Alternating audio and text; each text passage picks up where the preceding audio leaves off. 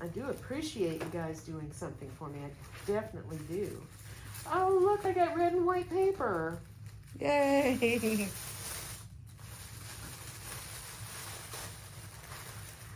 Are you serious? Oh my gosh. Oh, Stacy. Yes. Yes. Yes. Yes. Yes. Oh, thank you so much. Let's come out of there. It doesn't. Dolly doesn't seem to be bothered at all. Dolly, Christmas. Make it a serious Longhorn Lester video, sweetie. Oh no! Oh no! And that is exactly why I come out to do some work in my loading system. Okay, well that's not cool. And there goes our calf. Christmas? Sheesh. All right, so I do have one calf still pinned in a stall, and I think that we'll be okay with that one there. This one over here has gotten spooked though, and that's kind of a problem. Whenever they get spooked, that could leave them in kind of a weird place for the rest of the day. And I may have to go ahead and wait till tomorrow to do this. I'm gonna try to draw them back inside, but you can see that Mom's trying to push her away, saying, you know what, this is not safe for us, Loretta, and we're just gonna walk away. And sure enough, Mom has Loretta walking the other direction, even though there's food still here in the barn. So that was my mess up. What I should have done is come out and did all of my work first and got all of my panels put into place, knowing that calves are gonna, look at here, this is gonna be bad. This is, yeah, my barn was not set up to move calves. It was moved to move cows. And we've done, there we go. We've done really good with our calves. Tex, let her through. There you go, there you have it. Oh, and there you have it. And there you have it. Good morning, folks. Lester here, and I want to say thank you for joining me this morning. Lunch with Longhorn Lester. How crazy is that, huh? I'm so blessed to have you as a part of our social media family, that you take time out of your day to join me. And it's been a really neat year. It's been a very busy year for both Jamie and myself. And I know it's been busy for you as well. So for you to find time on your Friday to sit with me during the lunch hour and hang out a little bit, I really appreciate that. What you saw right there at the beginning, I played a couple of little short videos, and I know I'm a minute early, y'all. I'm a minute early. But hey everybody, I should probably take time to say hello to you all first. Good morning. Yeah, I'm still toting a little spoon there in my hat. I'm not gonna that's gonna stick around for a while, I'm afraid. But it is what it is. Hey, I could be called worse, okay? I could be called worse. I already turned my phone off, so I shouldn't be bothered by that. Mr. Kenny is outside. He's making a video with the littles, which is fine. So if you hear the dogs barking a little bit, that's just Mr. Kenny out there snooping around, doing his thing. And I am feeling better. For those of you who knew that I'd been under the weather, yeah, Jamie had gotten sick first, and then well, not first. Actually, Megan had gotten sick in Mexico, and the morning that we came back from our little 3-day getaway, Megan was not feeling well. But then, of course, Ellie got it, and then Jamie got it, and then lo and behold, if Lester doesn't get it as well. But it was only a kind of a 2-day thing. You've heard of the 24-hour bug. Well, ours was more of a 48-hour bug.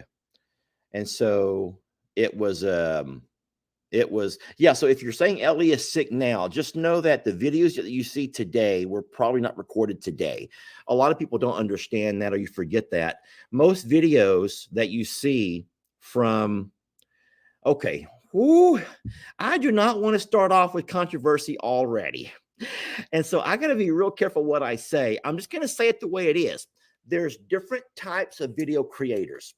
You have some video creators that like to present a video presentation that has been edited, that has a lot of the fluffy stuff kind of cut out of it, where you get right to the gist.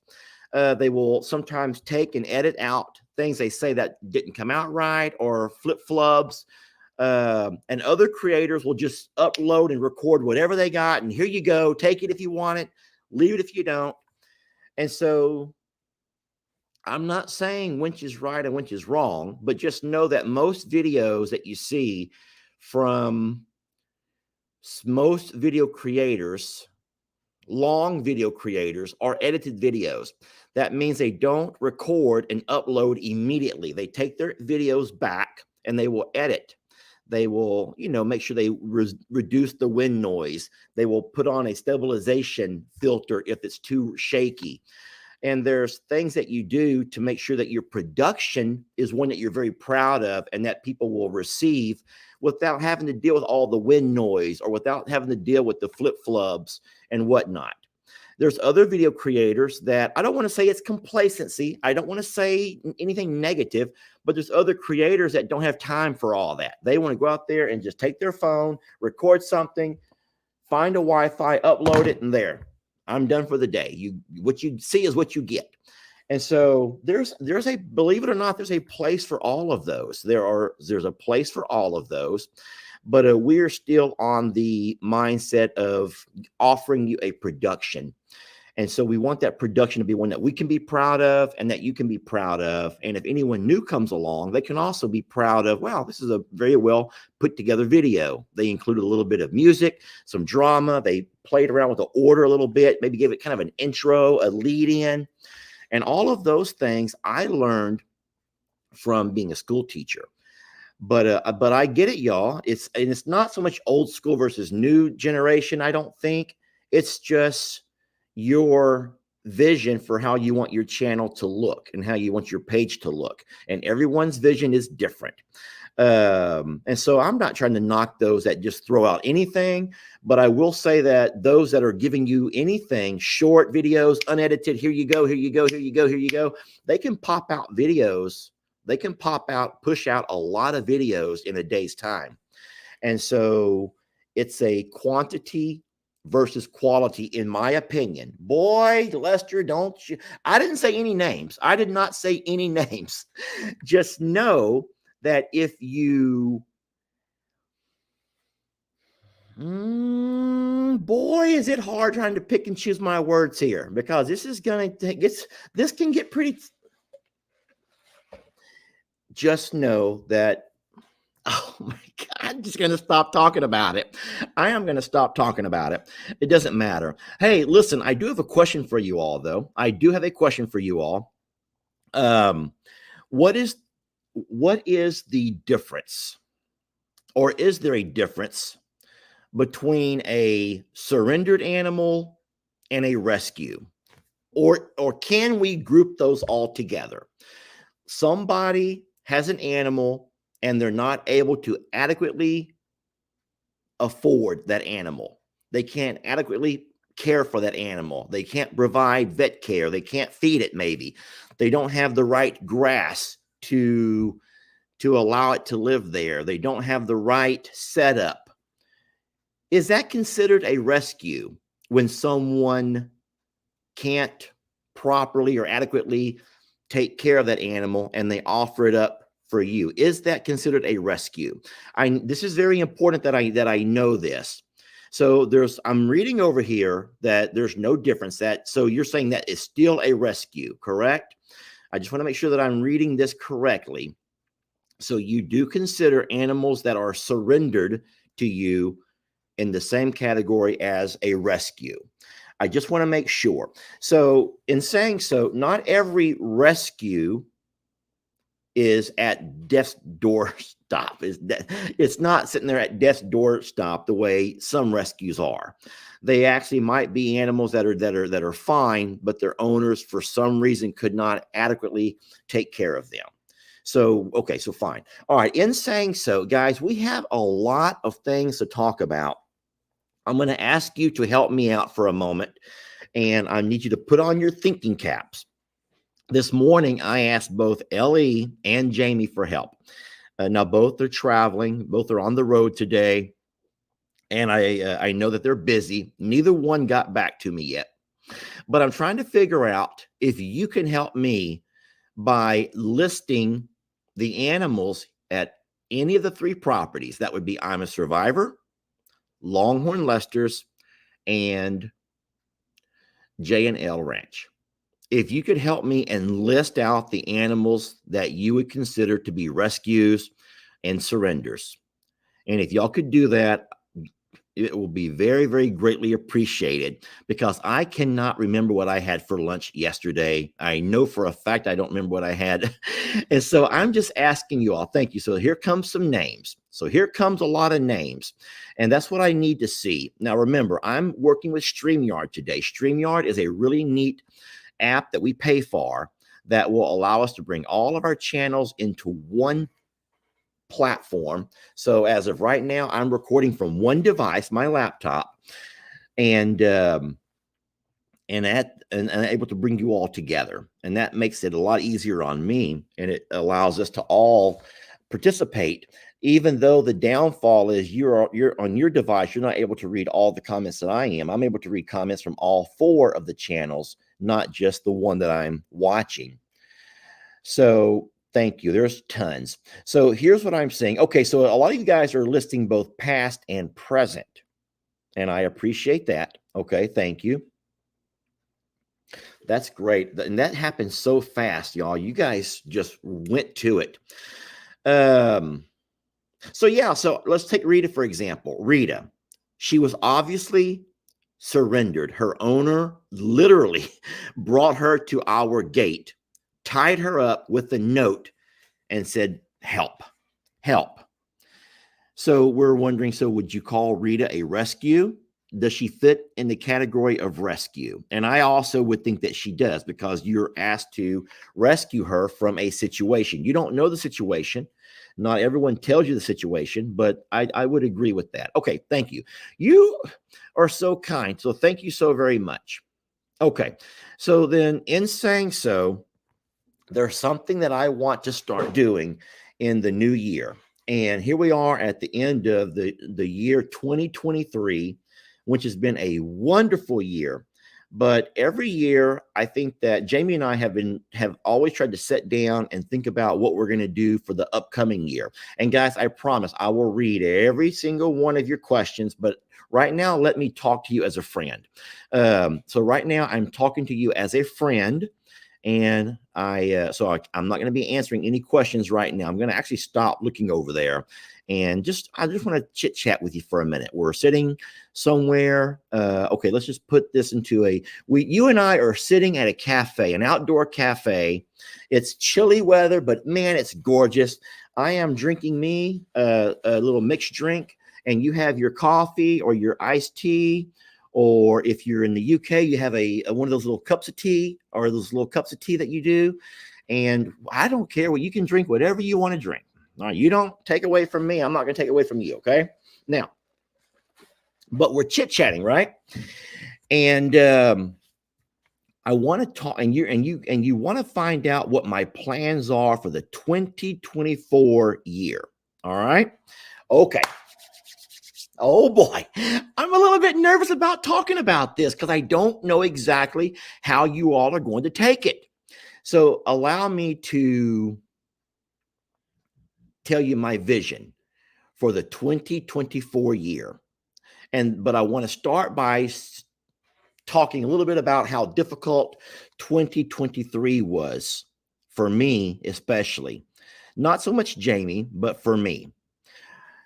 2023 was the hardest year that I've had when it comes to creating videos. And I'll tell you why. Because I began to find myself in uncharted territory. It wasn't the time, the time of working at Longhorn Lester's. I'm a Survivor. And then towards the end of the year, the new property. Yes, it does keep me moving. And so I do spend an hour or so, 2 hours a day in the car, in the truck. But that's not the problem. I've always been used to driving. But what I feel like my problem has been is trying to keep the pages separated. Trying to keep the pages separated instead of having both channels, I'm a Survivor, Longhorn Leicesters all run into one. And this is what I feel like my channel looks like. I feel like it's just this is how it is. This looks weird to you. This feels weird to me, but I feel like both I'm a Survivor and Longhorn Leicesters is like this. They're so intermingled and so intertwined, and no one can figure out what is what. I'm guilty. It's my own fault. It's my own fault because I never really differentiated between what is I'm a Survivor Sanctuary and what is Longhorn Leicesters. And so that's what I want to do in the new year. I want to make a definitive separation of what each channel is going to look like. And so hear me out. Here we go. I jotted it down so I wouldn't forget. We can no longer think about I'm a Survivor Sanctuary as a location, because in fact, the animals that are rescues, the animals that have been surrendered or that are rescues, they really are mixed and mingled amongst all three of the properties that Jamie and I manage and take care of. Think about that for a minute. So what we were doing before is trying to drive over to I'm a Survivor to make a video for that particular channel, even though some of those animals that should have been included in that channel are at Longhorn Leicesters, like Ringo, like Carl, like a lot of the dogs, the rescue dogs, and there's just name them. And then you also have now at the new property with little Gary, he is absolutely a rescue, y'all. He's a rescue, and we're not going to start a brand new channel called J&L Ranch. That's ridiculous. That's not working for us. Having too many channels is not a good thing. It's actually creating more of a divide. So what we want to do is, this is real simple, and I'm curious about your thoughts on it. I want to refocus the 2024 year.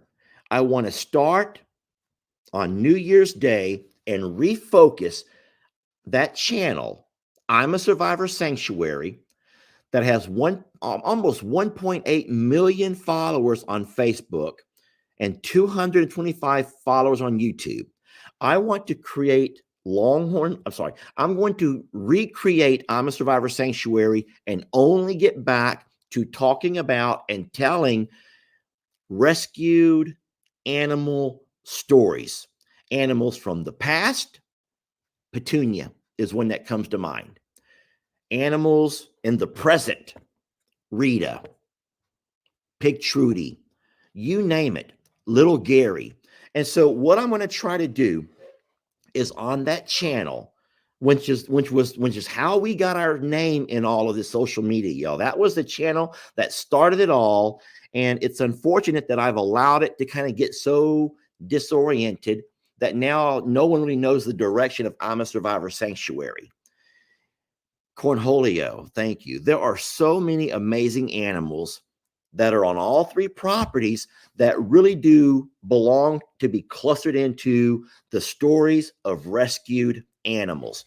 And so what we're going to do is try to go by and make the channel focused on the daily lives, the in and outs, the ups and downs, the past, their history, their current situation, anything that's going on with those rescued animals who make up I'm a Survivor Sanctuary, even though they may be mixed and jumbled amongst all three properties. So does that make any sense to y'all? Does that make any sense to you all whatsoever, what I would like to do? And does that make any sense of, can we find a way to grasp that anything coming out of I'm a Survivor Sanctuary is not so much the location of where it was recorded, but it's the animals that will be focused in that particular video. So a lot of people are saying, that sounds good, Lester. Yeah, that sounds good.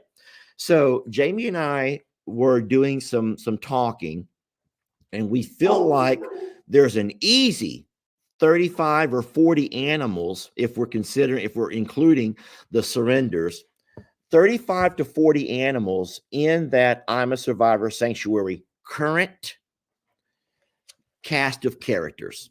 The current cast of characters, there's quite a few, and which is an amazing amount of content, which gives us 30 to 45 characters that we can talk about and focus on a day-by-day video for everything from their daily routine to their vet care to the in and outs, the ups and downs that they go through.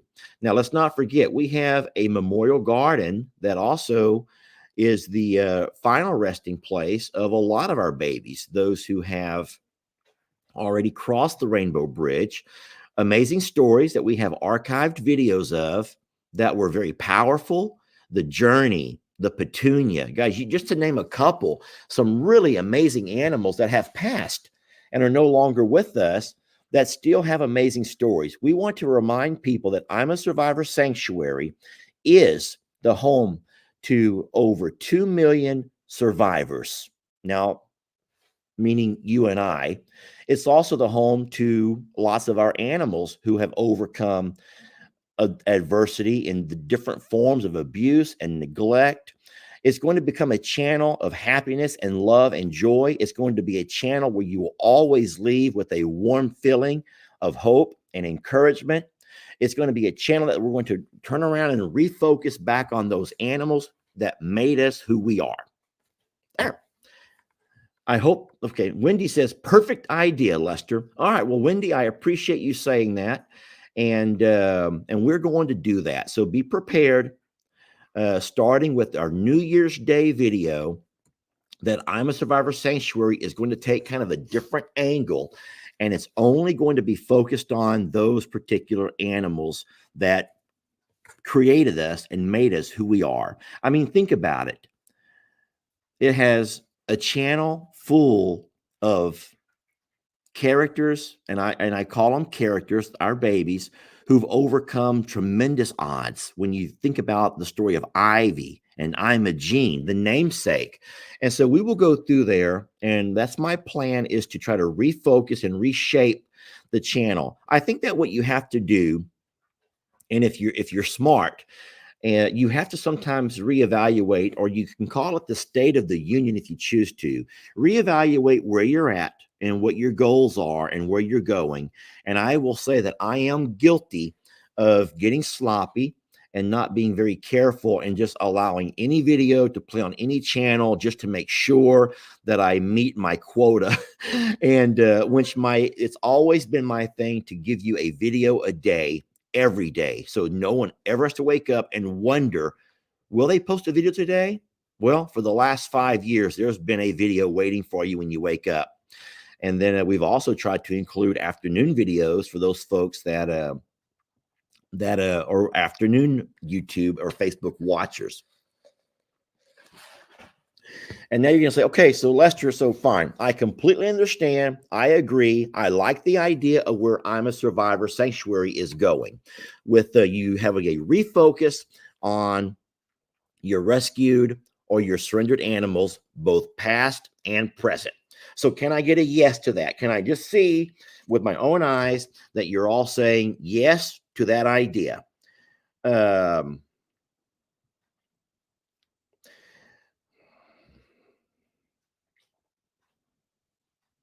Okay, so ultimately, I am seeing a lot of yeses.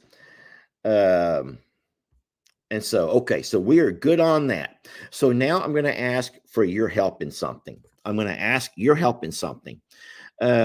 When this happens, and it will happen on New Year's Day, I'm going to go by on my New Year's Eve video and do a year in review, focusing only on those animals that are a part of our rescues and kind of catch everybody up.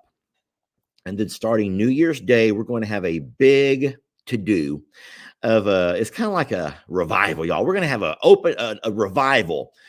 Is that what they call it? A revival is when everyone comes back. What do they call it? Revival.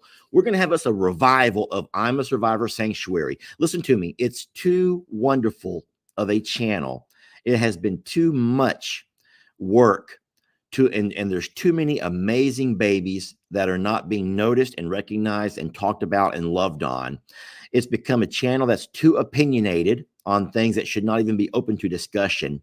And so we're going to refocus our attention and our energy on I'm a Survivor, not the location of, but the concept of a forever home to those who've been abused, abandoned, neglected, those who have overcome horrendous things in life, and that would include you and me and all of us human and animal survivors. It is a community of survivors. It's a community of people who've undergone and overcome, or even those who are battling with a tough time now. I'm going to work my tail off and make a really powerful, if I can, and inspirational video that will play on the first. And then we're going to also ask to have that video boosted, which is something you can do through Facebook. They're going to introduce that particular video to a whole lot of new people. We're going to pick out the demographics of those people. We'll have to pay for that. But what we're going to try to do is bring in lots of folks that maybe have never heard of our channel. And we're going to ask you all to be the ambassadors of that channel. Make sure if someone shares a story or shares an idea or shares their, especially if they have their personal testimony, that you are kind and loving to them and welcoming. Let's change the culture together. Let's go ahead and change the culture of a dying channel. I'm a Survivor Sanctuary. It's come too far and it's been too amazing a channel to just slowly wither away and die. And like I said, I had to take a deep look at myself, a hard look at myself, and realize that it's my own fault for trying to water down the content just to make sure that I had enough videos to play for any particular day. All right. I'm overcoming a 44-year-old drunk son who lives with me. Elaine, that is right now a situation that you're going through. I have no idea how that feels, but I can promise you, Miss Elaine, that there's people in the comments that do. They have probably been there with addiction. They've been there with a son or a daughter or a husband, or maybe themselves who've had a demon of their own. And so that's the kind of stuff that we can talk about and feel open and free without persecution, without anyone judging and pointing fingers. It will be a judgment-free zone. And I will guarantee you that my focus on that channel will only be to tell stories the way I see it. And it will stay matter-of-factly based on what we're able to do, what we can't do, what we would like to do. And I really am excited about the new direction of I'm a Survivor Sanctuary. Like I said, we cannot put it to be a particular location. It cannot be just the animals at that Plum Grove property, because those animals have been shifted and moved around based on where they can find their best life. And so that way, when you go onto any I'm a Survivor video starting at the new year, it could be at any of the properties, but it will be focused on a particular rescued animal. All righty? Everyone okay with that? And so what my plan is for the entire month of January, to introduce all new visitors to our channel to the animals and the stories that they have told and that they have taught, the lessons they've taught us. And we'll go through all of that, a reunion. It sounds lovely, says somebody. Lots of thumbs up. I do feel like everyone is on board. I don't really think that anyone would have a problem with it. I think it would help make the channel stronger in the fact that it's going to be a channel about the community of survivors, which we are. Okay, well, I'm happy to hear that a lot of folks are down with that. Okay, so you're saying, okay, well, wait, whoa. So if you're going to take one channel and only focus on the rescues and the survivors, where does that leave Longhorn Lester's? Where does that leave Suits to Boots? Well, that's easy. Longhorn Lester's in my mind, now this is just me thinking out loud, is going to be sort of the day-to-day operations with things that are going on with me in my life, which is going to always include animals. There are tons of animals that I work with every single day, things I do things with that are not always the rescues, but they'll be part of the Longhorn Lester channel. And I want to say one last thing. If any channel is to suffer because of this, let it be the Longhorn Lester channel.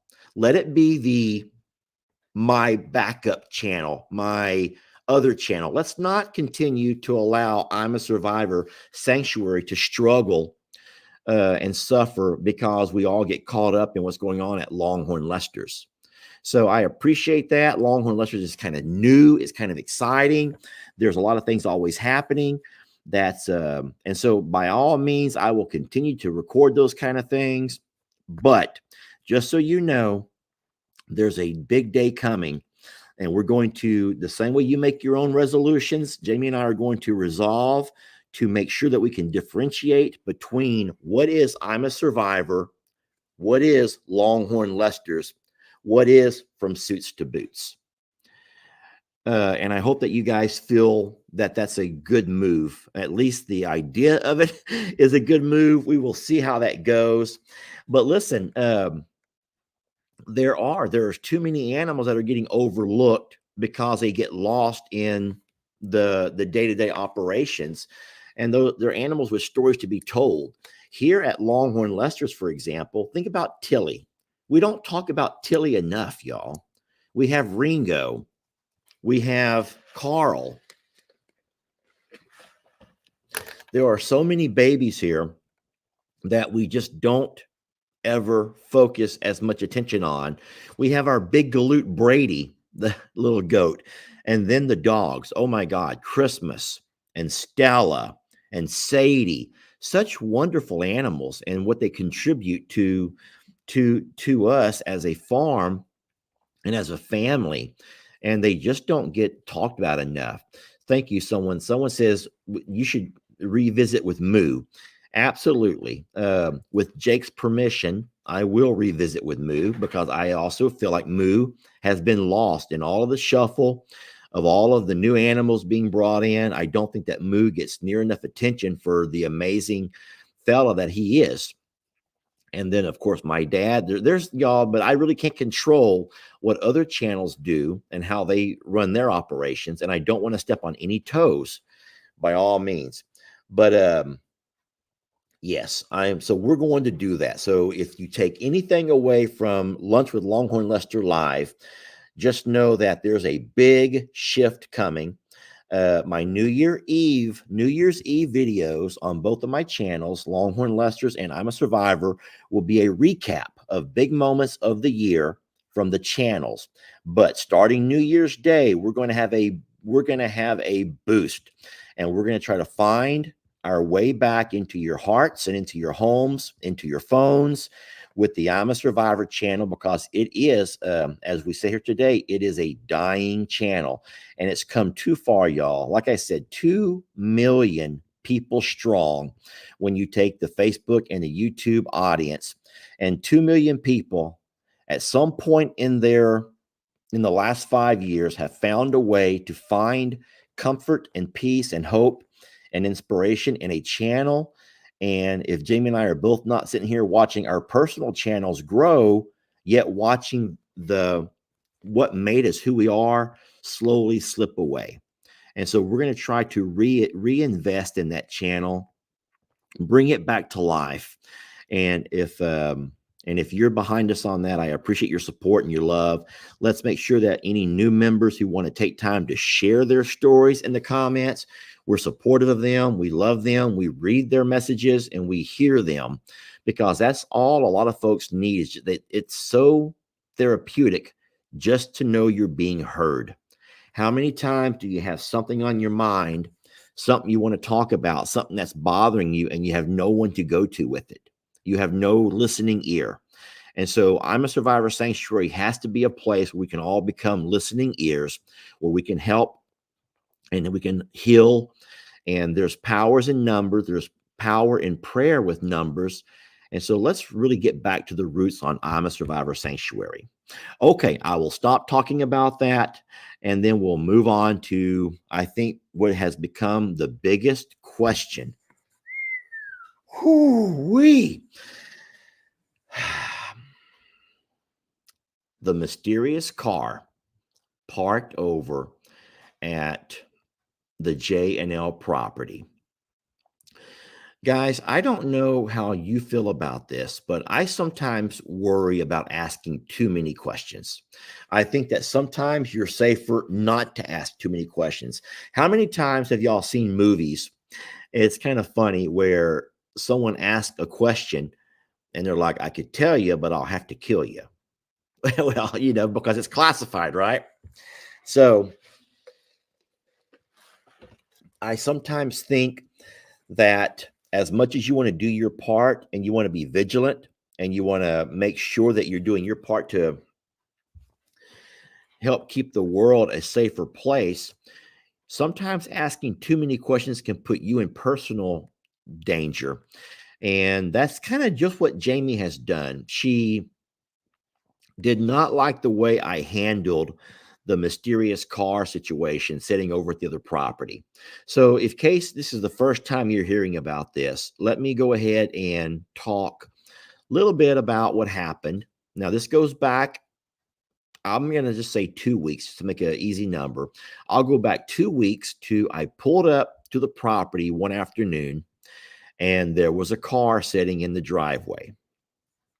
It was not in my way. It was pulled over in the grass. It was backed up and parked over there.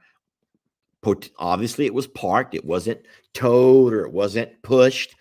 It was parked.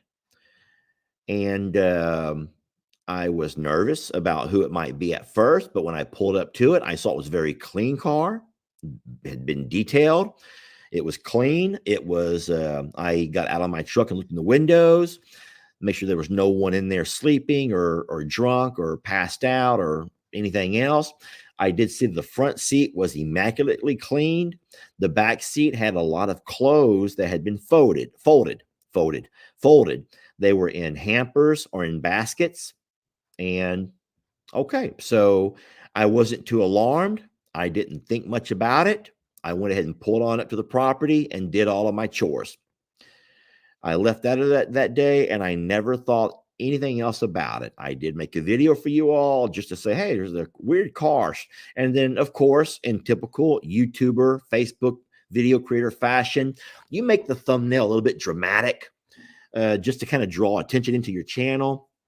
And so I says, who's this car stalking the new ranch property? That was just kind of an attention grab. They call that something. They call that there's a name that they call that, y'all, when you try to get someone to clickbait. They call it clickbait. They call that clickbait, trying to get you to look and to watch and to, hopefully that you'll become invested in the video. Okay, so it wasn't until a couple of days later that I recorded the second video where I had shown back up to the property and the car was still there. At that point, I knew it was, now I was a bit more concerned. And that's when I would say that I don't want to say my spidey senses, but that's when I became more concerned saying, wait a minute, why would there still be a car here? That's actually a pretty decent looking car. And it's a fairly new car. And I was wondering why there'd be a car sitting there so many days later. Because if this car had been low on gas or having mechanical issues, you would assume that whoever left the car there and got a ride at some point would have come back for the car or had it towed closer to wherever they're at, their home or to a shop. And because because the car was still there, I went ahead and decided to go ahead and call the sheriff's department, the county, and just let them know of a suspicious vehicle parked in my driveway. It was later in the afternoon, so it was almost nighttime when the officer showed up. I did drive down and I met him. I made his acquaintance, let him know who I was. And then I told him my suspicions on the vehicle, how long it had been sitting there. And at that point, he told me that what he did was called in the license plate number to find the owner. And he says, we're unable to get a hold of the owner. Okay, so fine. I'm guessing that the license plate must show who it's registered to. They call that number and no one answered. So fine. And then I says, are you going to open the trunk? Are you going to dig through it? And I asked him that. And he said, no, because you have to have probable cause. You have to have a reason to go into someone's vehicle. He said, this is what I remember. He even told me that normally when a vehicle's parked on private property, which it was, he goes, they wouldn't do anything with it. That would be up to me to figure out what to do with it. He goes, but because it is on your, partially on your driveway, I will go ahead and call to have it towed. I'm okay with that. All I wanted was the vehicle off the driveway, and it wasn't bothering me, but it was parked on my driveway. So he did. He called. He had the tow truck come out, and or someone called. The tow truck came out, and before I left the property that night, I did video the tow truck picking up the vehicle and leaving with it. I thought we were done. I thought, okay. So in my mind, I'm like, whoever comes back looking for their car, eventually they will have to call Polk County and they will direct them to the tow truck company that has it. It will be impounded. And if they want it, they can go get it there. I was done. I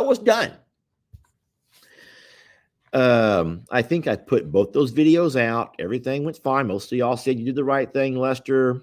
It is what it is. So a couple of days later, there was another vehicle. It looked very similar to the first car, but it was up in my driveway, up closer to where we turn into the pasture there by our entrance.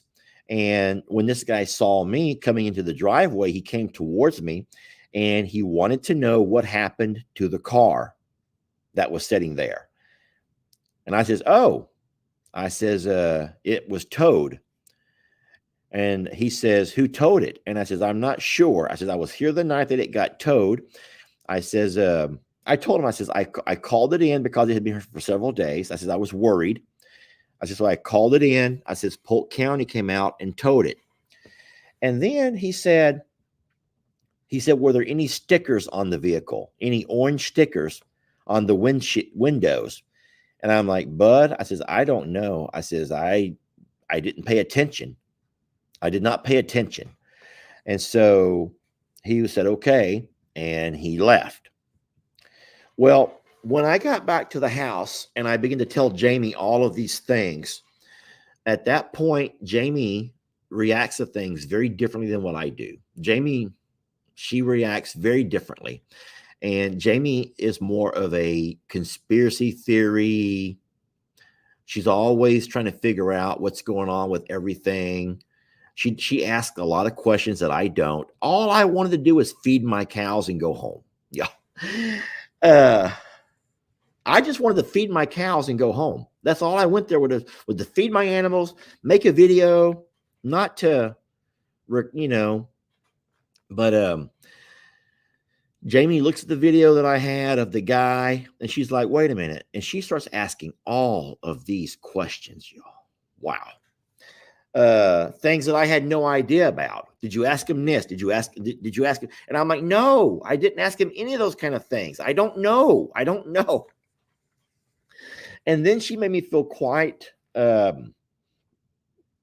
guess, irresponsible in the fact that I did not interrogate the guy more. But like I told you, I'm more the kind of guy that like, hey, the less I share, the better. I'm just here to feed the animals. I'm not here to start any kind of drama. Of course, Jamie begins to question me, getting a lot of stuff out of me. Makes me feel like I didn't do enough. And then what if there was someone missing? What if there's a missing person? And what if that was the perpetrator. Oh my gosh, he got me to thinking. I've tried to. I don't know. I just came to feed animals, Jamie. I just came to feed the animal. I did not come to start all this investigative work. But she has went out on her own and got you all to thinking. And now I know all of those cogs in your head are all turning, and you're probably putting together all these bits and pieces of things that maybe you've experienced or things that you've seen on TV shows.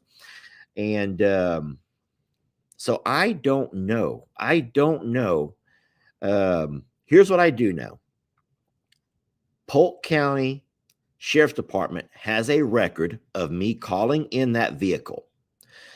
They also have a record of me telling them my name and my address, the time of day. I'm certain that the dispatcher has all of that information if this particular guy or girl or whoever is looking needs it. They also know I'm guessing they know the information that the officer sent them or wrote down, because I'm sure there's a report. If he had the vehicle towed, I'm sure that he had to put a report on it. I don't know that for a fact. So I will say, if Polk County has any questions or any further questions, they're welcome to call me and I'll answer any questions. I even have a couple of video snippets that I can send them. But we don't know. We don't know. So for everyone who's here looking for questions to all the answers, I do not know what to tell you. I don't.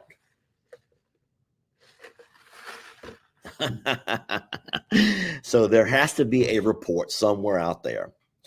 I also want to talk a little bit about what's going on here today. This started yesterday, is going to continue today. I am trying to load up those little calves, the ones that we're calling Loretta and Patsy. So you all know that we were blessed in the fact that we found a fella who was willing to make us a trade for our beloved Santoro. Santoro was picked up, and these heifers and moms were dropped off. These calves and their moms were dropped off several days back. The moms need a whole lot of TLC. They're not in the best of shape. They're poor, y'all. They're very, very poor, malnourished. But I want to remind you that there's not many farms or farmers in Texas or ranchers who can boast and brag about the health of their cows right now. We went through 2 years of drought, and not everybody can afford to feed enough grains or alfalfa green hay to keep their cows in the best of shape until grasses come back. And so I don't want to judge. I'm not going to knock on anybody, because I mean, growing up with my dad never had money. We always had cows.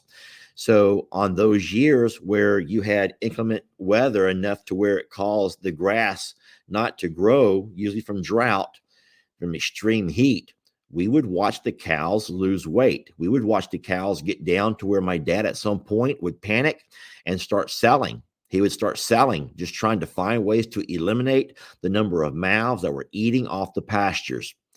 Now, we never raised longhorns, so we're blessed that longhorns have the ability to survive on other types of brush, and they can forage on things that other cows can't. But my dad knew that if it got bad and we began to see animals suffer, then we would absolutely start selling cows. And that's what every farmer and rancher does across these amazing, wonderful 50 states of ours.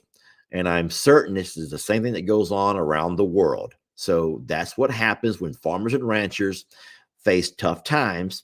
They end up taking a tremendous loss, but they have to get rid of the mouths that are eating off of their pastures to try to help those that can survive. All right. And so I'm sure that Mr. Jake did the exact same thing.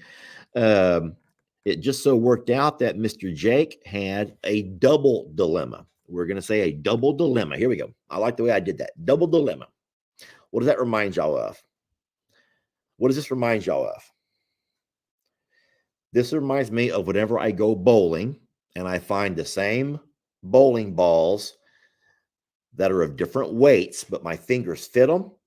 I do this over here and see which one can I maneuver, which one can I bowl the best. Why? What are y'all thinking about?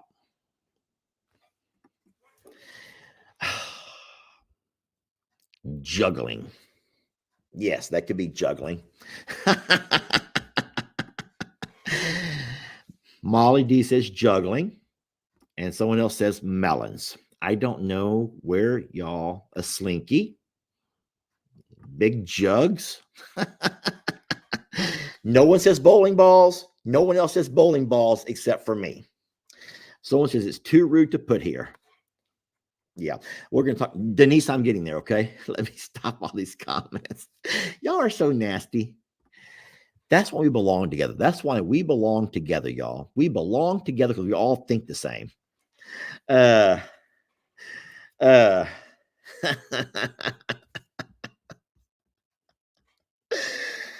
my goodness gracious. Now I done got the giggles.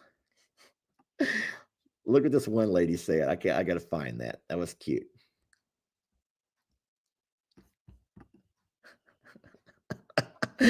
What in the world, Jennifer? What in the world? I am blushing. Okay, let me remove that comment so we can get serious again. What was I saying? What was I even saying? I have completely lost my train of thought now. Seriously, what was I saying? I don't even know what I was talking about. Our minds are always in the gutter, Lester. Don't worry, you're not alone. Thank you, Vicky.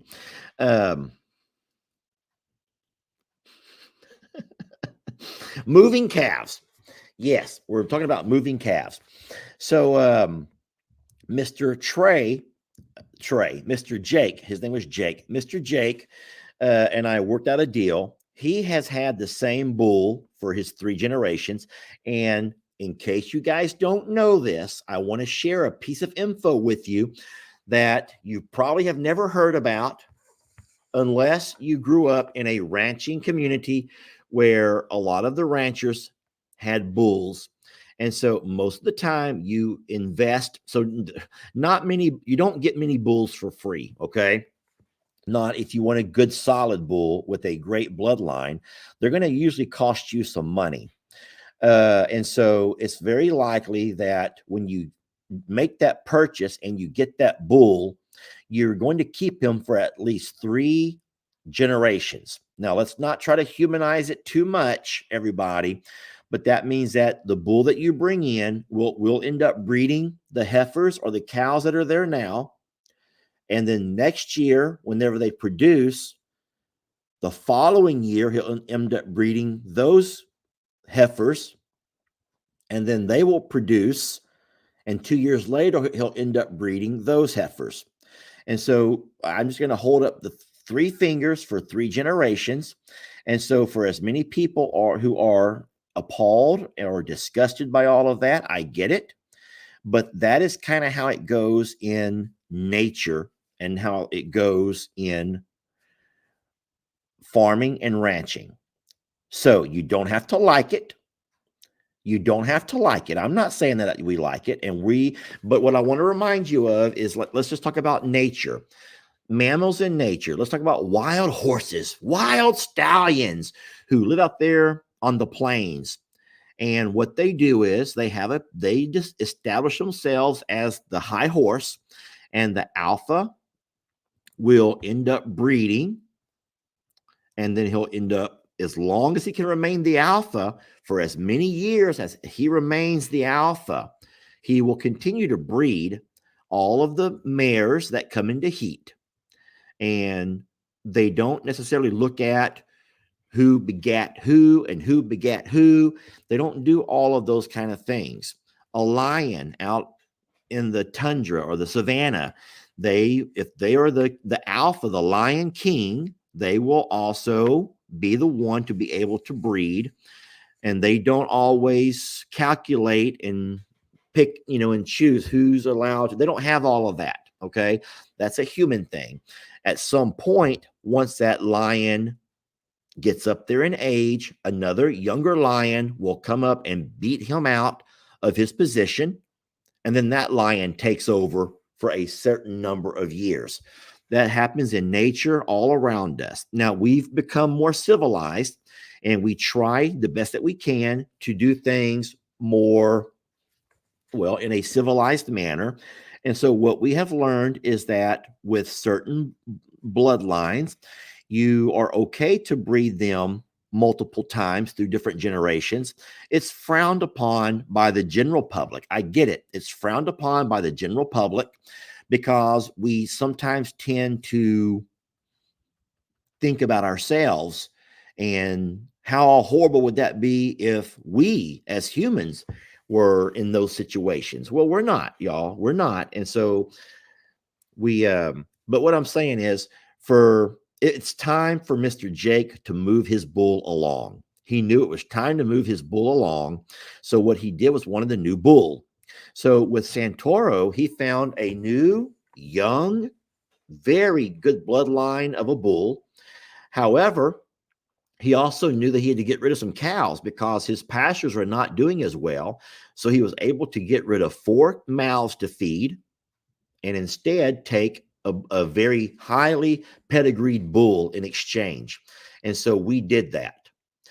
So Kathy's saying, Lester, you should have went to his property first to look at it. So Kathy, what I'm going to tell you is something else that you may not know, but most of these ranchers and farmers who cannot afford to feed all of their cows, they will take care of their bulls. Sorry, I know that sounds horrible, but you must take care of those bulls. So Santoro, I don't know exactly the pastures he has to graze. I don't know I know nothing about the farm or the ranch that he's on, but I do know that the bull that I have seen that is going from Mr. Jake's property was he was an amazing looking bull. And so you just have to know that Santoro going in as the new breed bull will be treated right. He will be treated right, and any monies that Mr. Jake spends on his animals, he will absolutely make sure that his bull is well taken care of. So I get it that you're concerned about Santoro and his future, and you don't want him to end up being skinny. I get that, but y'all, you can look around, and if you open your eyes to look around, we could probably need to keep this close to home. We could probably we have enough fingers to point at people right here in our around us to point fingers at of not feeding their animals enough. Not going to go pick on Mr. Jake, a man that lives 100 miles away.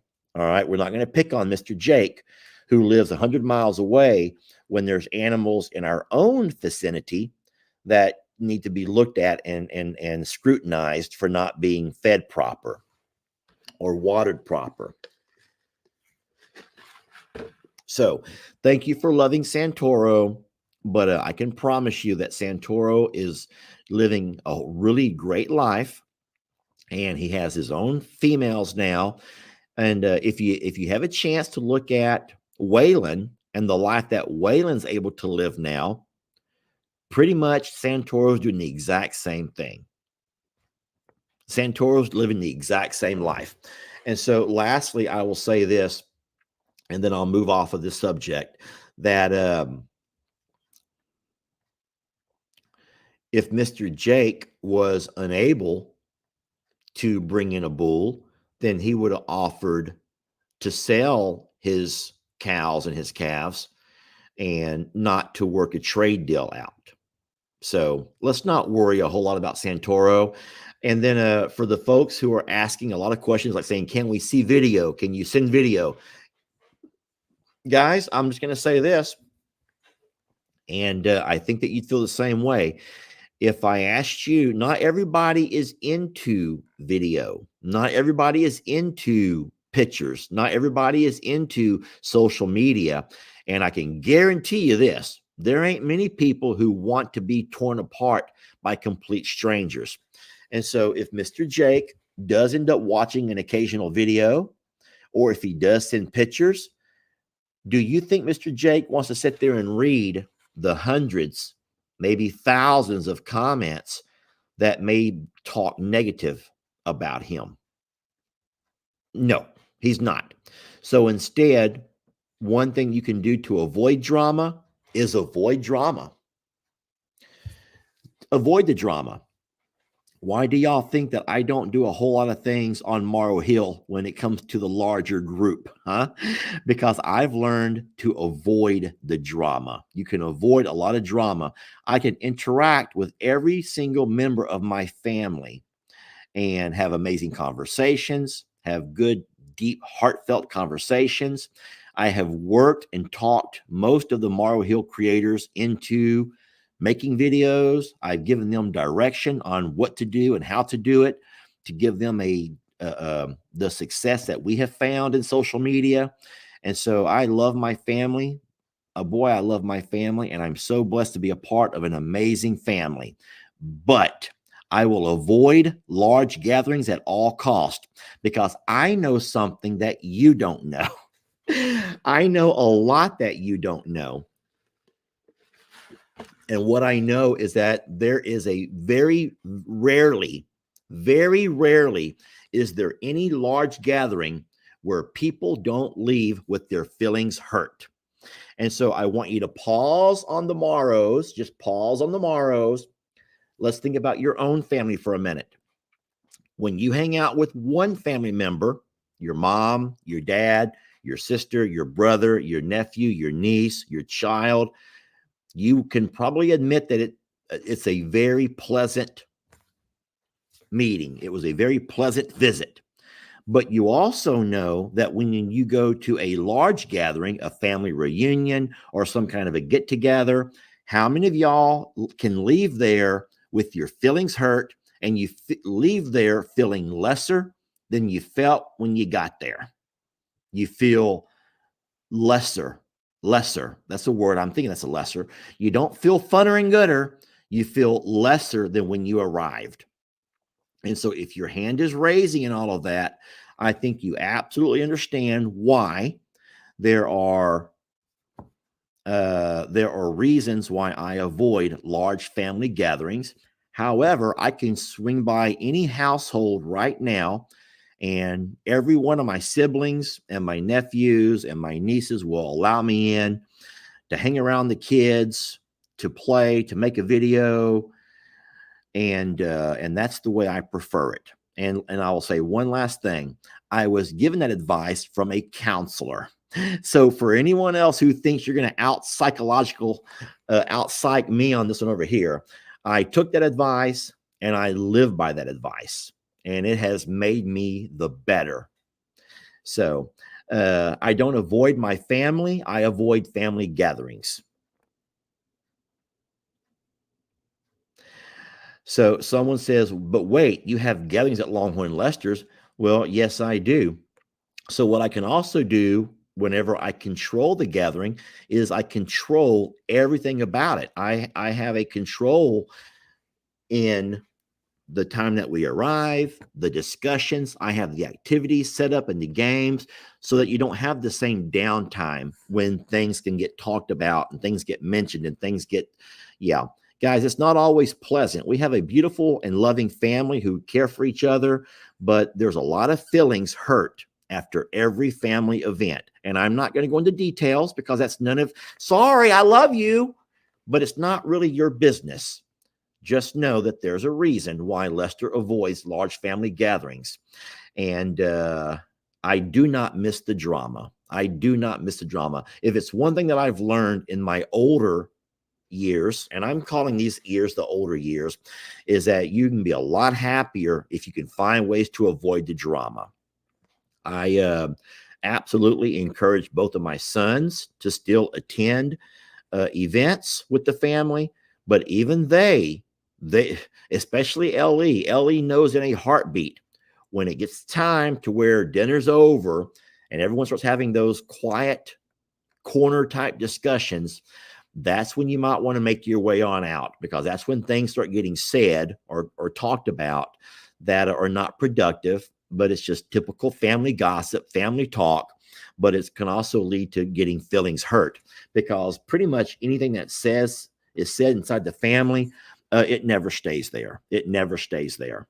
So, anywho, all right. Well, I have rambled on for an entire hour.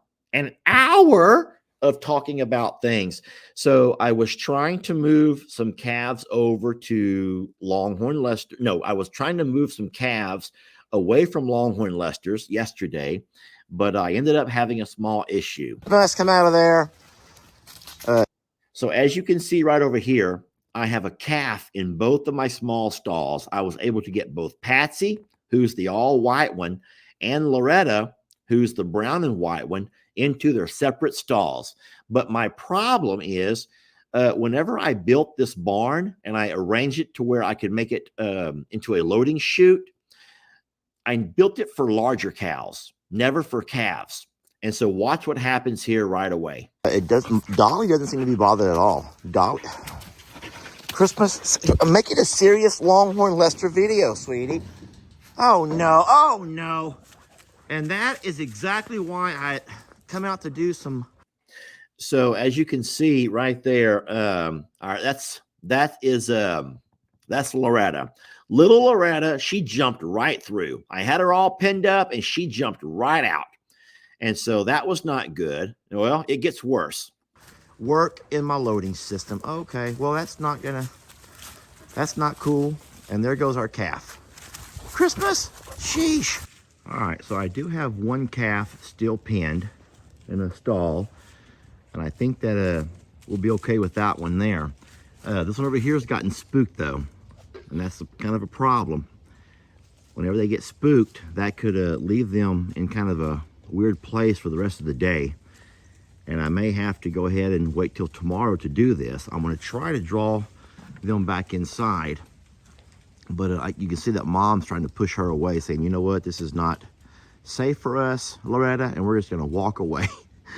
And sure enough, Mom has Loretta walking the other direction, even though there's food still here in the barn. So that was my mess up. What I should have done is come out and did all of my work first and got all of my panels put into place, knowing that calves are going to, look at here, this is going to be bad. Yeah, my barn was not set up to move calves. It was moved to move cows. And we've done, there we go. We've done really good with our calves. Tex, let her through. There you go, there you have it. Yeah, so I made a big mistake. I tried to move the calves before I got my barn all ready for them. So I did go back out later and I got everything set up. I got all the panels into place. And so now I can move calves. But the problem is now the calves, or at least Loretta, knows something's going on. Loretta is like, wait a minute, he's up to something. A very smart calf, y'all. Very, very smart. If you don't remember this, Gracie had a rounder face than any other calf we've ever had born. And Loretta has that exact same face. So I told Jamie, I said, I've never seen a cow with such a round face. And then she found Gracie's picture when Gracie was born. And I'm like, oh, so I guess they can be born more round faced. Talking about what we were saying a little while ago, Vanessa says, I get sensory overload sometimes. I'm not sure if anyone else can relate. Whew. Well, sensory overload at a Morrow family event is an absolute thing that can happen. And then, of course, I was reading other things where people don't like being overlooked. So overload and then overlooked.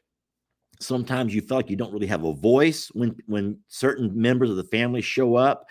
You lose your voice, not physically, but you lose your ability to talk to people. You lose a chance to communicate. You lose a chance to share your opinion.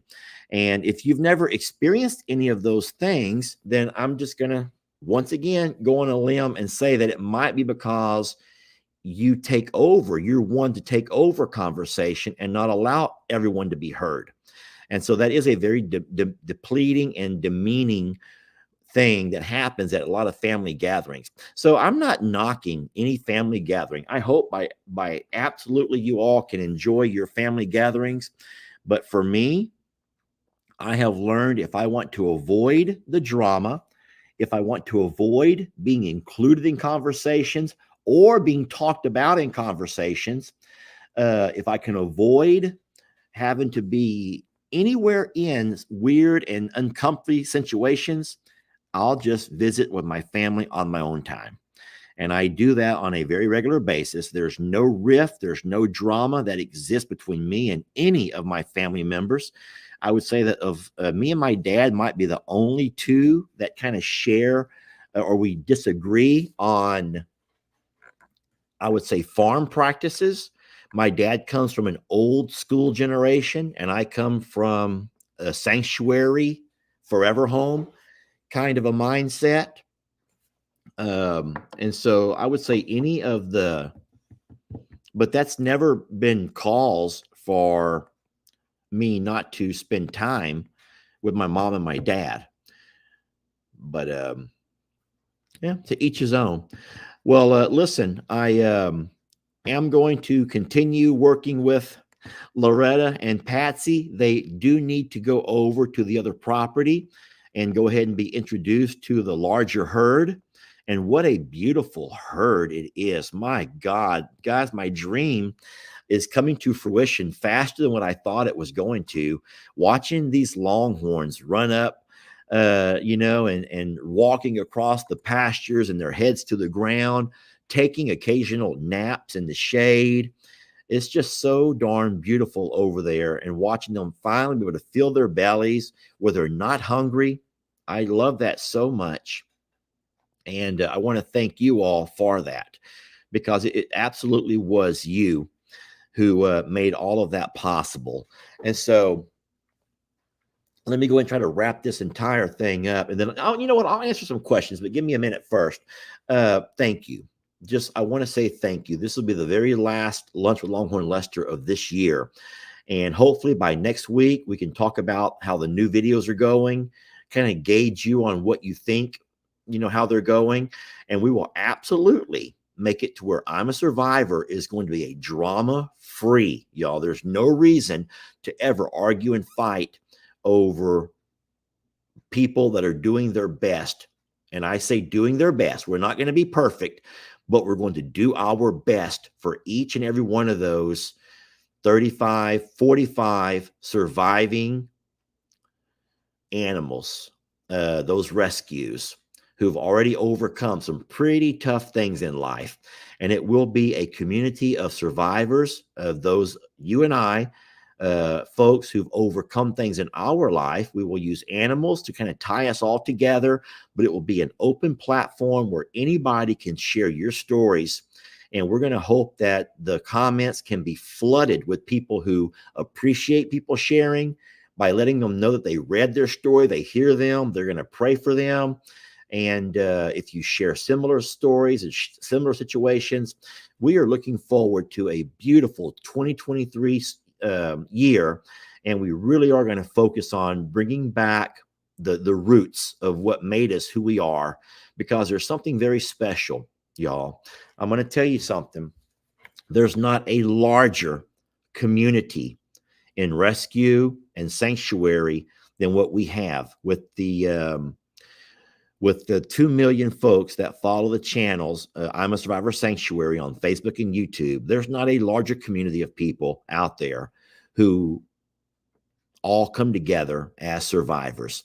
And so there's something special in that. And so shame on me for not always keeping that at the center of attention, and by allowing my personal ideas of a second channel and my personal goals to get in the way of that. But I'm going to return to my roots, get back to where it all started, and we're going to make I'm a Survivor something we can all be proud of, a channel we're going to love to go watch and spend time there, animals that we can relate to. And like I say, we've lost a few along the way. Those stories will be told as well for those who missed them. And we're going to also try to find a way to bring and continue to bring new babies in who need some good, tender, loving care, a place to call home, a place surrounded by others who understand their situations, a beautiful community of people like you all who who are inspired by not only other people who've overcome difficult situations in life, but animals who've overcome, and can also inspire and push you along to get past what you're dealing with. So I think that I've talked enough. I think that I've rambled on enough. Uh, so thank you all. I will answer any questions now. Jennifer says, I love these Texas goodbyes. Karma says, Lester, let me know if you got my package. Karma, I don't know. I'm thinking that we get every package. I'm just going to go ahead and say this about packages. I think that we get every package, but Karen Lawrence. Karen, where did it go? Karen just asked for my hand in marriage. Karen Lawrence, will you marry me? Now, I wonder if she was asking me or somebody else. You think Karen was asking that to me or to somebody else? Karen, I'm already in a relationship. I'm very happy and thank you. But if that was for me, well, thank you, Karen. I've never, ever been asked would I marry anybody, but I doubt that was for me even, but that was sweet. But Karen, you're I know she's kidding. She's lovely. So listen, what I was going to say is that if you're sending stuff to Longhorn Lester's, that's a mistake because we're not putting those things in the stack to be opened. We've asked politely and respectfully that you do not send things to Longhorn Lester's. There's not a place here to receive those things. And so our mail lady is overworked. We talked about this already. She's having to toss packages over our fence, which is not good for fragile packages. It's making it to where when we get down to our gate, we can't even open our gate because of the packages laying on this side of the fence, on this side of the gate. It's just so we're asking you not to do that. Packages go to I'm a Survivor. And there are people like Ben, like Ellie, who work over there, that's one of their jobs is to bring up the packages and sort them out. Deliver those that go to Pawpaw, those that go to Gigi, those that come back to me and Jamie. And from there, when we go there 3 or 4 times a week, that's when we'll bring back all of those packages. So,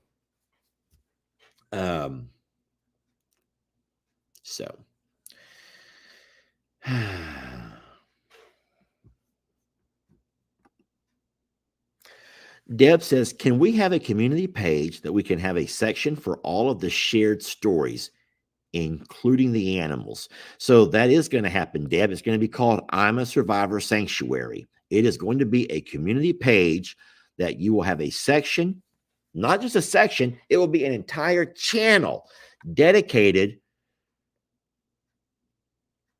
to all of the stories. Wait, do you mean stories that other people can share? Of like their animals?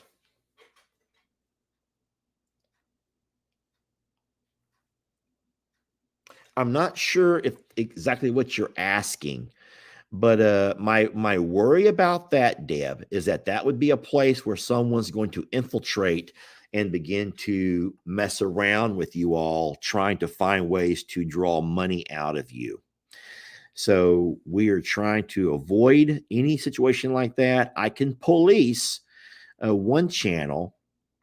Me and the moderator are working together, and we're able to police one channel pretty good. And I think that we're doing a pretty good job at that. But so will Santoro be branded? No. Where did that go?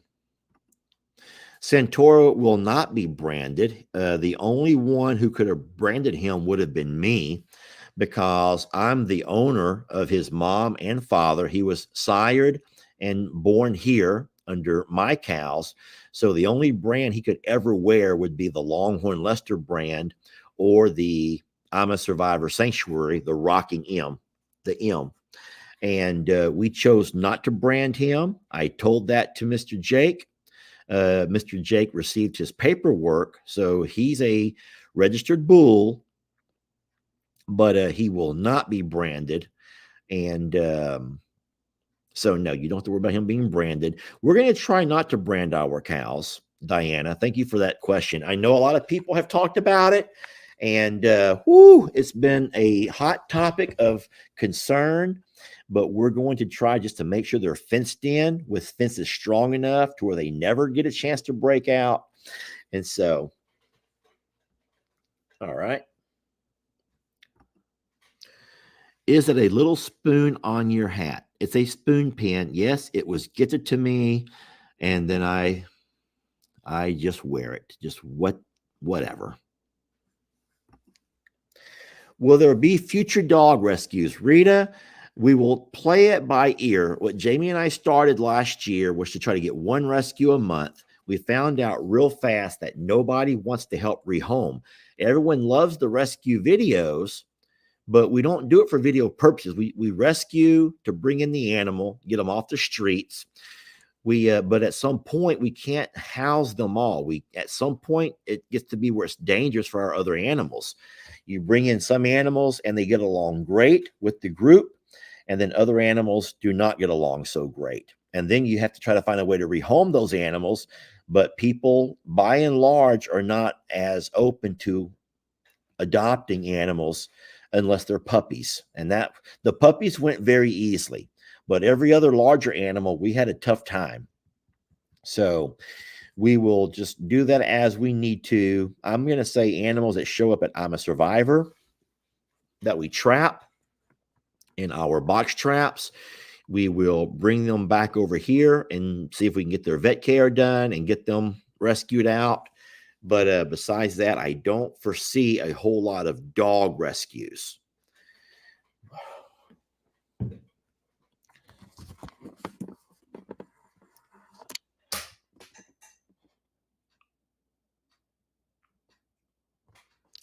Because not everybody can be as good as those three right there. I'm looking for more questions, and I really will let you go.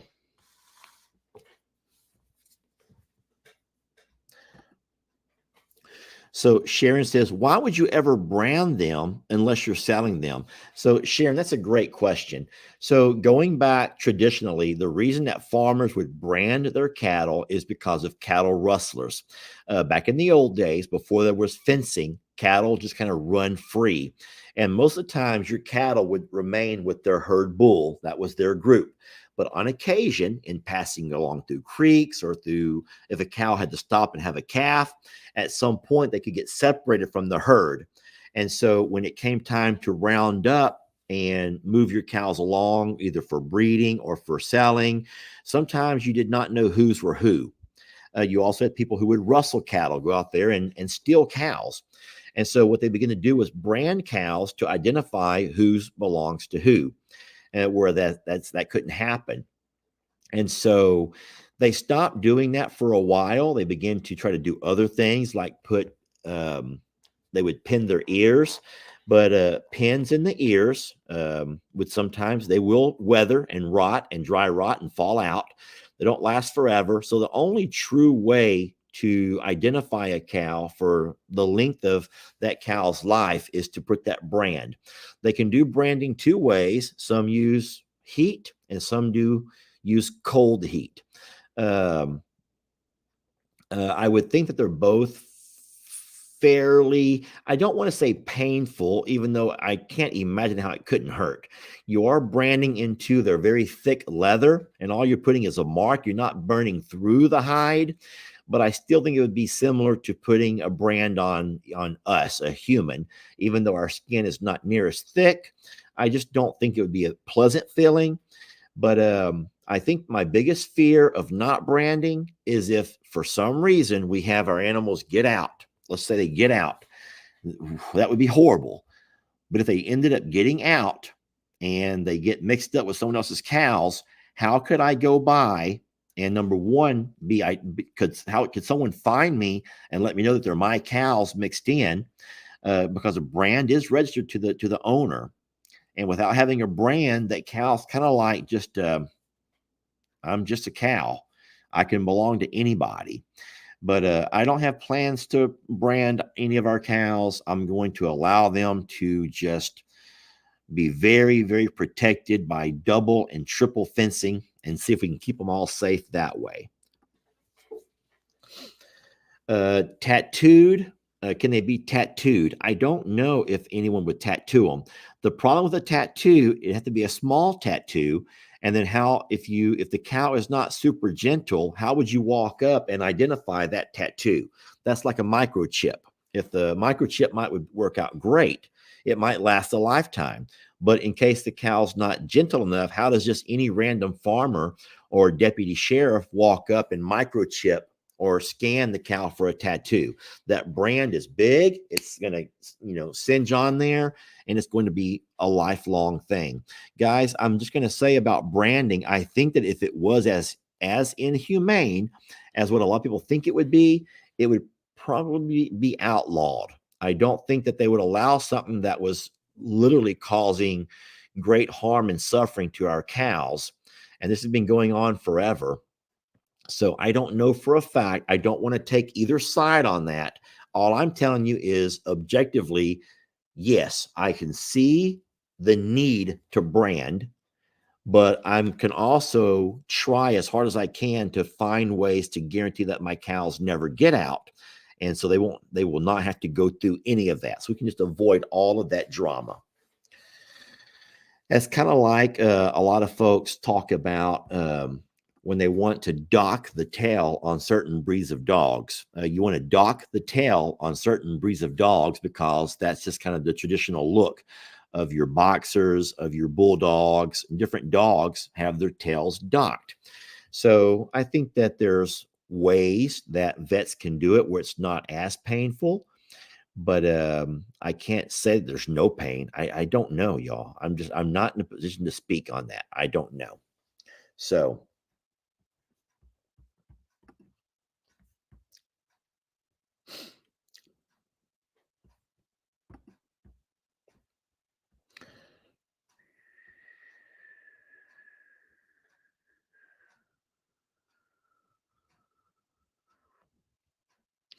So Debbie's asking something we've already talked about, the tags, no tails or ears. Debbie asked about getting tags in her ears, and that's fine, but tags do come out. Tags do not last a lifetime. Tattoos would take a very long time, and think about how big a tattoo would have to be visible. Well, friends, I don't really see a whole lot of questions coming in. You're asking about Tilly. Tilly's doing wonderful. She's right out the door here right now. She's not nesting. So if she is pregnant, and we know that she is, I'm going to go ahead and say that she had to have been impregnated by the little fainting goat, Gus Gus. Many of y'all saw the videos where that actually happened. And so there.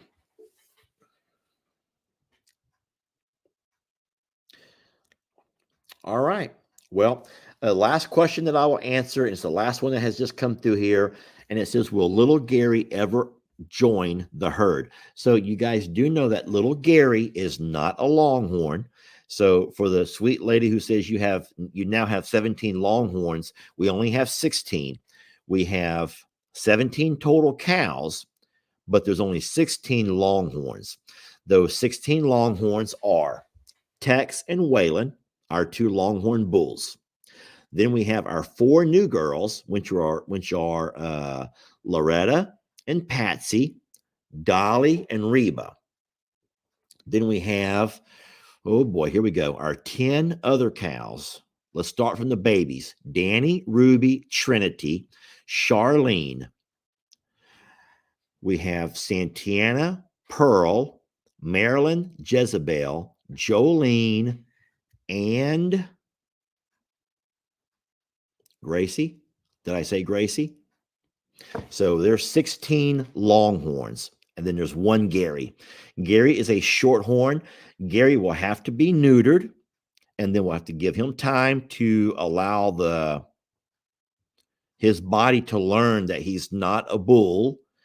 He's no longer a bull. And then we will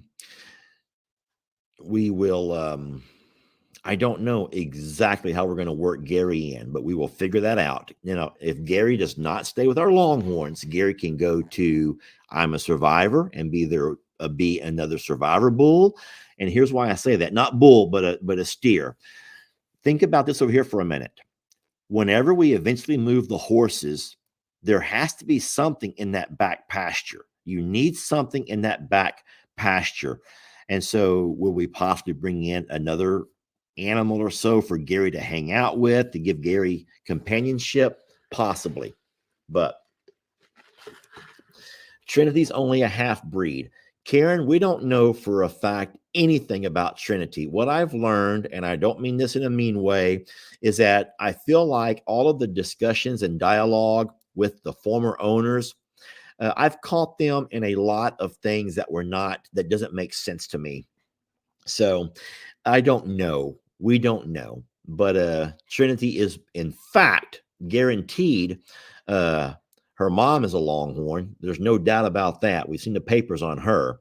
But Trinity herself, who her father was, we heard that she was bred by a mini Longhorn, or at least it was possible.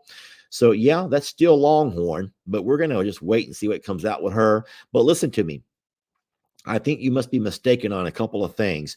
I am not at the place now where I'm ready to start raising cows for sale. The only ones we will sell or trade will be our bulls. We're still going to have a goal of working up to about 20 to 25 head of females. And that's when it's going to get real serious around here. Y'all, once we get to our 25, that's when things are going to get real, real serious. All right. Okay. Well, listen, I think I've kept you for a very long time. And then I will say that I'm looking forward to the new year. I hope that you are. If there's things in your life that you want to weed out and kind of like consolidate and start the new year off right, now's the time to do that. Start getting those plans ready now. That's what Jamie and I have been doing. And we're going to encourage you guys to be so kind and sweet and supportive. And remember that when you go to I'm a Survivor Sanctuary, and we encourage you to please go there, make sure to make friends with each other, become a community strong. You're going to be as strong as your community. And I want to apologize again for not always keeping that in my mind. I've allowed my own selfish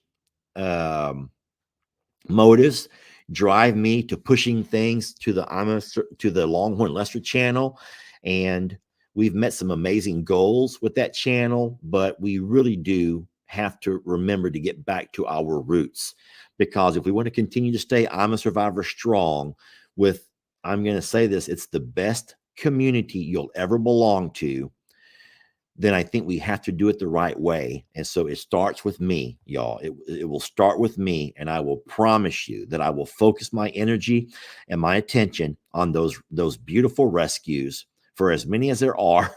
I think there's darn near 40 guys, or 45 rescues if we count the surrenders. And we got a lot of stories to tell, and they will continue to tell stories. Those that are here with us now, and then those that have already passed can still teach lessons and tell stories. But we have to do our part and bring that page back to life. So thank you all for watching today. Thank you for loving me and understanding, and just for all that you've done with spending the amount of time, for the laughter, the tears. And we do wish you a wonderful, happy new year. Oh, there's more videos to come. Don't worry. But let's all focus on I'm a Survivor Sanctuary with the new year and get that page off to a great start. Let's welcome those new members and share, y'all. Share your stories. Let people know that they're not alone in what they're struggling with. There's nothing better about a supportive group than the fact that you can find out that you're not alone. I've always said this, but some of the most therapeutic things that could happen to me after Hurricane Harvey were my trips to the Home Depot. And I would roll up to Home Depot to get the next supply of materials, to find the parking lot was just filled to capacity of other people who were also having to rebuild their homes and rebuild their lives. And as sad as it was, watching just the faces that were just depleted and hollow, I could also say, wow, So it's not just me. Whew, woo, woo. It's not just me. And that's the same thing for people that are suffering through different ailments like cancer or any type of medical issue, those that are going through a divorce, those that are having to go through the loss of a loved one, those that are struggling financially, those that are trying to recover from a situation of neglect or abuse or abandonment. Y'all, we're here for each other. And there's not a one of us here, y'all. And I said this so many times before. It's our motto. We are all survivors of something. And if you don't say it in the past tense, then you know that we're all surviving something right now. We're all making our way through something right now. And where life finds you at any given moment, you could be here, or somewhere in the middle. You could be on your way up, or you could find yourself on the way down. But there's people who are right there with you. And so make those friendships, make those connections, be empathetic to other people going through tough times. And let's work together to make this channel the best, as strong as it ever was. So thank you all for watching. We love you so darn much. And Happy New Year to you all. I hope you had a wonderful Christmas. Okay. And with that being said, I will go ahead and log out now. Thank y'all for watching. And we love you.